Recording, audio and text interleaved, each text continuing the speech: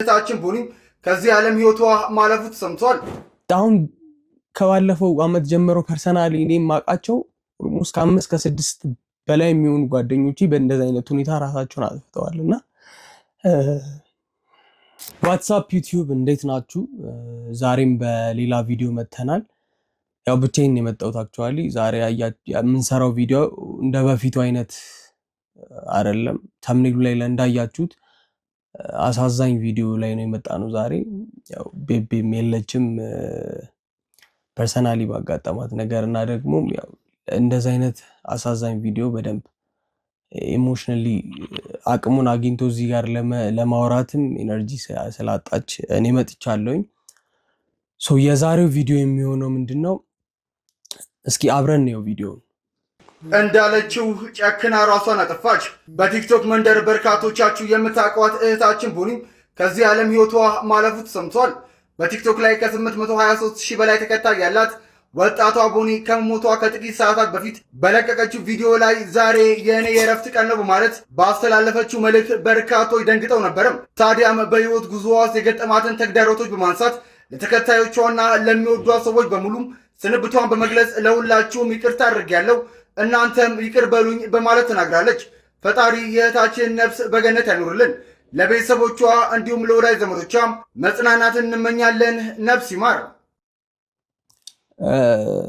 እንዳያችሁት ይሄ ቪዲዮ ልጅቷ ቦኒ ትባላለች። በኦሮምኛ ቋንቋ ኮንቴንት ክሬት ታደርጋለች እና በቅርቡ ራሷን አጥፍታለች እና ሪዝኑ ባልታወቀ መንገድ አላቅም ምን እንደሆነ ሰዎች ለመግለጽ የሞከሩበት መንገድ አላቸው። ግን ዋናውን እዚህ የመጣሁበት ዓላማ ምንድነው? ይሄን ቪዲዮ እንደ መጀመሪያ ሰው አይቼው ባዝንም ከዚህ ቪዲዮ በፊት ማቀው ሰው ከ2 ቀናት ከ3 ቀናት በፊት ተልኮልኝ ነበር በተመሳሳይ ሁኔታ ራሱን አጥፍቶ ልጅ እያለው ማቀው ልጅ ማለት ነው። ስለዚህ በደንብ ሪሌት ስለማደርገው ኢሞሽናል ሆኜ ነው። ከምንም ነገር በላይ ምንድነው ላይክ ወጣት ተስፋ ሲቆርጥ ወጣት ራሱ ላይ እስኪጨክን ድረስ ተስፋ ሲቆርጥ በጣም ልብ ይሰብራል። እና ግን ዋናው ምንድነው እስኪ ምናልባት በደንብ ንግግሯን መረዳት የምትችሉ ቋንቋው መናገርና ማዳመጥ የምትችሉ ሰዎች ካላችሁ ለመጨረሻ ጊዜ የተናገረችውን ቪዲዮ አይተነው እንመለስ። ጉያንኩን አከርፍቶ እርግጠኛ አንተው ያኔ ከሁሉም ነገር በላይ እዚህ ቪዲዮ ላይ እኔ ልቤን ይነካው ይሄ ስትጀምር ያለው የምተነፍሰው አተነፋፈስ በጣም እኔ ቋንቋ አልገባኝም፣ ግን ይሄ አተነፋፈስ ላይክ ኢትስ ብዙ ነገር የሚናገር ነውና ከጀርባዋ ገመድ አለ ብዙዎቻችን ኖቲስ ያላደረግነው የነበረው ማለት ነውና አክቹአሊ ሄደው ነበረ ቪዲዮ እንደለቀቀችው በጣም ብዙ ተከታይ ነበራት። ኦልሞስት ከ800,000 ምናምን በላይ ተከታይ ያላት በቲክቶክ፣ በፌስቡክ ደግሞ ከ200 ምናምን ሺህ በላይ። ስለዛ እና ይሄ ግን ይሄ መተንፈስ ብዙ ነገር አለው ውስጡ ላይ እና ላይክ ለዛ ነው እኔም አሁን እዚህ ላይ ፊት ለፊታችሁ የመጣሁት አንዳንድ ነገሮችን ለማለት ማለት ነው። ቪዲዮውን በስሱን ያው ትንሽ ደቂቃ ስለሆነ ጉያንኩን አከርፍቶ እርግጠኛ አንተው ያኔ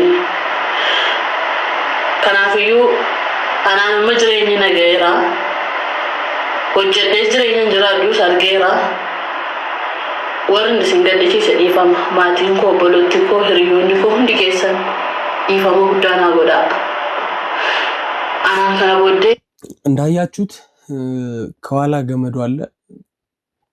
ሙሉ በሙሉ አይገባኝም የሚያወራችሁ ነገር፣ ግን ሰዎች ለመናገር እንደሞክሩት ዛሬ ይሄ እኔ ቀን የመጨረሻ ቀን ነው ወይ ኦር ሰምቲንግ ከዛ ውጪ ያስከፋችሁ ያስቀየምኳችሁ ካላችሁ ይቅርታ አድርጉልኝ አድርግላችኋለሁ እኔም በላለችና ብዙዎች የተናገሩት በቲክቶክ ላይ የሚሰጧት ኮሜንቶች ነበሩ። ቪዲዮቿን ለማየት እንደሞከርኩት እኔ ከ2 ቀናት በፊት ምናምን የለቀቀቻቸው ቪዲዮዎች ላይ ኮሜንቷን ኦፍ አድርጋ ነበር። ሶ ዋናው ፖይንት ምንድነው?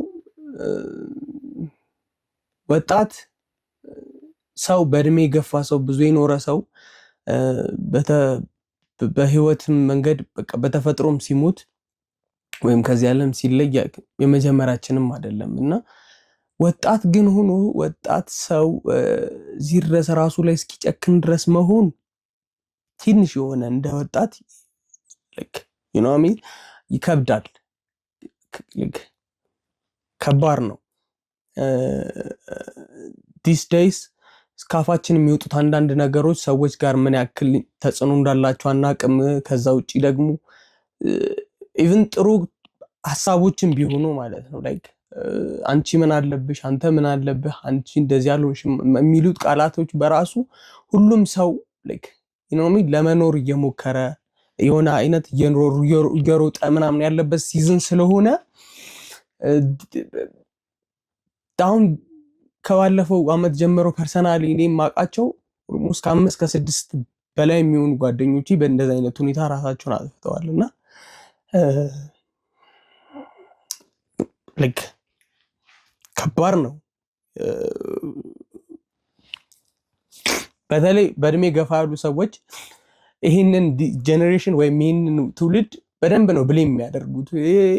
ማይሰራ ደካማ የሆነ ወጣት ደካማ የሆነ ልጆች ያሉበት ሲዝም ነው ላይፍ እነሱ በነበሩበትና በዚህ ሰዓት ላይ ተመሳሳይ አይደለም። በዚህ ሰዓት ብዙ ግጭቶች አሉ፣ ብዙ አለመግባባቶች አሉ በተለያዩ አካባቢዎች። ያሁን ማለት የስራ ኦፖርቹኒቲዎቹ ለወጣቶቹ እንደዛ አይሆኑም። ሰው ወጣቱ ሜንታሊ ከራሱ ጋር ትክክል አይደለም። በደንብ ላይፍ ጋር እየታገለ ነው ያለው። ሜንታሊ ስቴብል አይደለም። ብዙ የሚቆጨው ነገር አለ። ታውቁታላችሁ፣ የምታዩት ብዙዎቻችሁ ዲንሶቻችን ወጣቶች ስለሆናችሁ ይገባቸዋል እና በዛ ሁሉ ሲቹዌሽን ውስጥ ነው ከጀርባ ወይም ከኋላ የሚመጡ ደግሞ አንዳንድ የሰዎች ህይወት ላይ የሚሰነዝሩት ቃላቶች በደንብ ሰዎችን ይሰብራሉ። ማለት ወጣት ይሞታል፣ በአደጋ ይሞታል፣ በህመም ይሞታል። ግን ወጣት የሆነ ያለው ነፍስ ላይ እስኪጨክን ድረስ የሚያደርገው ነገር ላይ የሚደርሰው ላይ ጀስት ዝም ብሎ ቅብጠት ወይም ሰምቲንግ አይደለም። ማንም መሞት ይፈልግ የለም። ህይወት ከነማይረባ ነገሯ ከነሚያደክም ነገሯ ሁሉም ሰው መቆየት ይፈልጋልና አሁን እኔም ቪዲዮ የምሰራው በስሱ ሪሌት የማደርገው ስቶሪ ስላለኝ ነው። ጓደኞቼ ጋር አሁን እንዳልኳችሁ ከምናምን ጊዜ በፊት ጓደኝ ተልኮልኝ ስለነበር እና በእድሜ የገፋችሁ ሰዎች ላይክ ይሄ ዲስ ጄኔሬሽን አይ ነው ብዙ የማይሆኑ ነገሮች እያደረገ ያለ ወጣት ያለበትም ሲዝን ነው። በዛው ልክ ደግሞ ላይክ ሜንታሊም ፋይናንሺያሊም ምንም ስቴብል ሳይሆን እየታገለ ያለ ብዙ ሰው አለ። በብዙ በርደን ውስጥ ነው የሚያልፈው በዚህ ሰዓት ወጣቱ እና ላይክ ከውጭ የሚመጡት ድምጾች ብዙ ሰዎች ጫጫታ ቦታ ላይ ጊዜያቸውን ያሳልፋሉ የውስጣዊ ድምጻቸውን ላለማስዳመጥ ማለት ነው። እና የሆነ አይነት አለ አይደል ቢቻል ሰዎችን መሳብ እንዲተነፍሱ መፍቀድ ጥሩ ነገር ነው። ለዛ ነው አሁን እዚህ ቪዲዮ ላይ እንዳያችሁ ይሄ መጀመሪያው መተንፈስ በጣም ነው ይሄ መጀመሪያው መተንፈስ በጣም ነው ልቤን የነካው። ከዚህ ይቺ ልጅ ከዚህ በኋላ እንደማትኖር ማሰብ ይከብዳል። ሰው በዚህ ልክ እና ይህንን ለማለት ነው ዛሬ መጡት። ለምንነጋገረው ለምናወጣው ቃል ሰዎች ላይ በተለይ ለእንደዚህ አይነቱ ነገር ጥንቃቄ ቢኖረን ባይ ነኝ። እና ያው እንደዚህ ኢሞሽናል ስለምትሆን ነው ቤቢ ማብራኝ የሌለችው ዛሬ። ከዛ ውጪ እሱ ብቻ አይደለም አንድ ቪዲዮም ተልኮልኛል። እሱን ቪዲዮ ማይተን እንመለስ አንዴ። በሱ ቪዲዮ በደቡብ አፍሪካ ጆሃንስበርግ የሚገኘው ኢትዮጵያዊ ወገናችን በጠራራ ፀሐይ በአሰቃቂ ሁኔታ መሃል ጄፒ ተብሎ በሚጠራው አካባቢ በጥይት ተመቶ መገደሉ ተሰምቷል። ግድያው ዝርፊያ ሳይሆን ሆን ተብሎ የታቀደም ይመስላል። ደረሰኝ በጣም የሚዘገንን ገበያ መሃል አንድ ኢትዮጵያዊ ሲገደል የሚያሳይ ነውና ዛሬ 5 ሰዎች ሞቱ። ትላንት አንድ ሰው በጣም ችግር ላይ ያለ ነው።